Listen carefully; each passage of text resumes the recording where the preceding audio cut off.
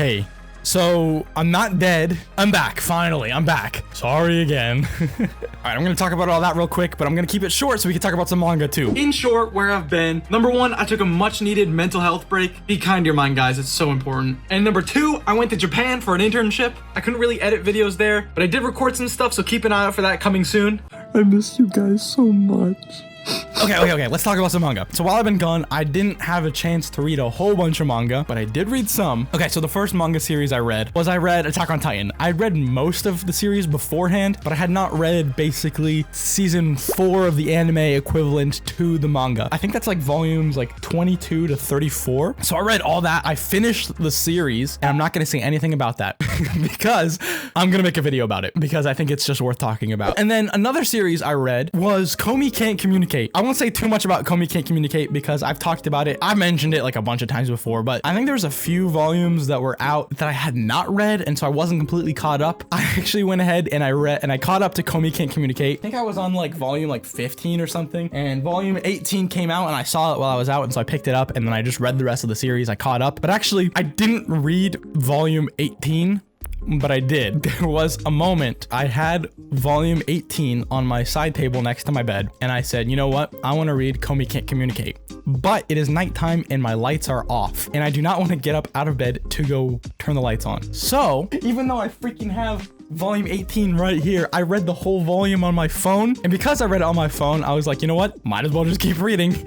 And so I'm almost caught up to Komi Can't Communicate to like the current chapter. I still love this series, and I just think it keeps getting better and better. If you're watching the anime, I know the anime is great. I haven't seen season 2 yet. I think it's still airing right now. I suggest reading the manga because the manga is great, and especially in the later volumes, it gets so good. Okay, so I got 2 more series I want to talk about. So I went to my local Barnes & Noble and I picked up some volume 1s because I was like, you know what, I want to make some videos about some series. I'll do some like first impression review style videos. And instead of doing individual videos for those series, because I don't think there's that much to talk about, I'll just talk about them here. So first off is Alice in Borderland. I heard about this series. I saw some other manga tubers talking about it, and I saw there was like a Netflix adaptation of this. And so I decided to get it and see what all the hype is about and see what's up with it. It's way thicker than I thought it was going to be. I actually like this series way more than I was expecting. I went in totally blind. I didn't know anything about it. Basically, there's a guy and he's basically fed up with his life and he wishes that something exciting would happen, and then something exciting does happen and he's transported to this world. The story's pretty generic now that I think about it. It's death games. It's like the Hunger Games and Squid Game. Basically, if you play these games and if you lose, you die. And that's what Alice in Borderland is. And funny enough, I'm reading this story and I'm like, you know what? These characters remind me a lot of the characters in Zom 100, and I really like that series. And then I'm reading some more and I'm like, you know, this art kind of reminds me of Zom 100 too. And then I look to the front. This is by Haru Aso, also the author of Zom 100. It took me like halfway through the book to finally notice that. It's very similar to Zom 100, except I think this is a lot less funny than Zom 100, and Zom 100 obviously has the zombie apocalypse comedy thing going on. But yeah, I actually liked Alice in Borderland. I think it's pretty cool. Am I gonna watch the Netflix adaptation? No. Am I going to buy more Alice in Borderland? Maybe. I enjoyed it. Man, these volumes are like $20 because they're big. So I don't know. It probably will be a long time before I get to this because I have so many other things I want to get to. But yes, I am definitely interested in reading more and I would recommend it. And the other series I got, and I actually just read this today, so it's still fresh in my mind. We've got right here A Record of Ragnarok. Now, this series feels like it's going to be super simple, and I say that in the best way possible. The story is basically gods are about to destroy the earth, but in step these 2 Valkyries, what's her name? Brunhilde?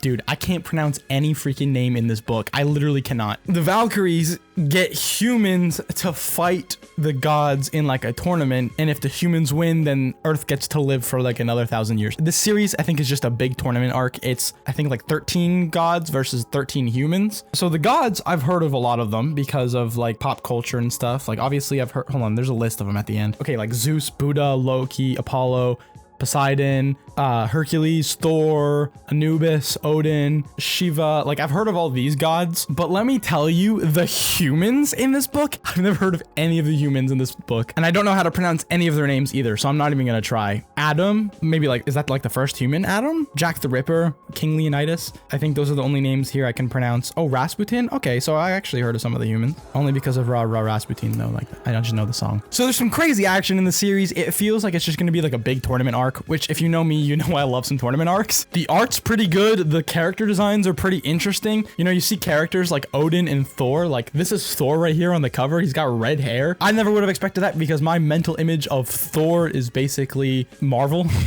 But yeah, Record of Ragnarok. I hear it's a good series. I think there's some more volumes out, so I might have to go get those and see what happens next because I really did enjoy this and I'd recommend it. But of course, that's just my opinion based on volume 1. And the same thing with Alice in Borderland. I've only read the first volume. Granted, that one is probably like an omnibus or something. It feels really long. But yeah, those are some series that I've read. Great manga series. I haven't really read anything that I didn't like recently, so that's been nice. There's some updates on my life, where I've been, and some manga that I've been reading. I'm so sorry I've been inconsistent. I know, I'm working on it. If you enjoy this video, be sure to leave a like and subscribe and hit that bell button to be notified every time I upload a new video. Dude, I almost forgot how to do an outro. It's been so long. All right, thanks for watching. Bye.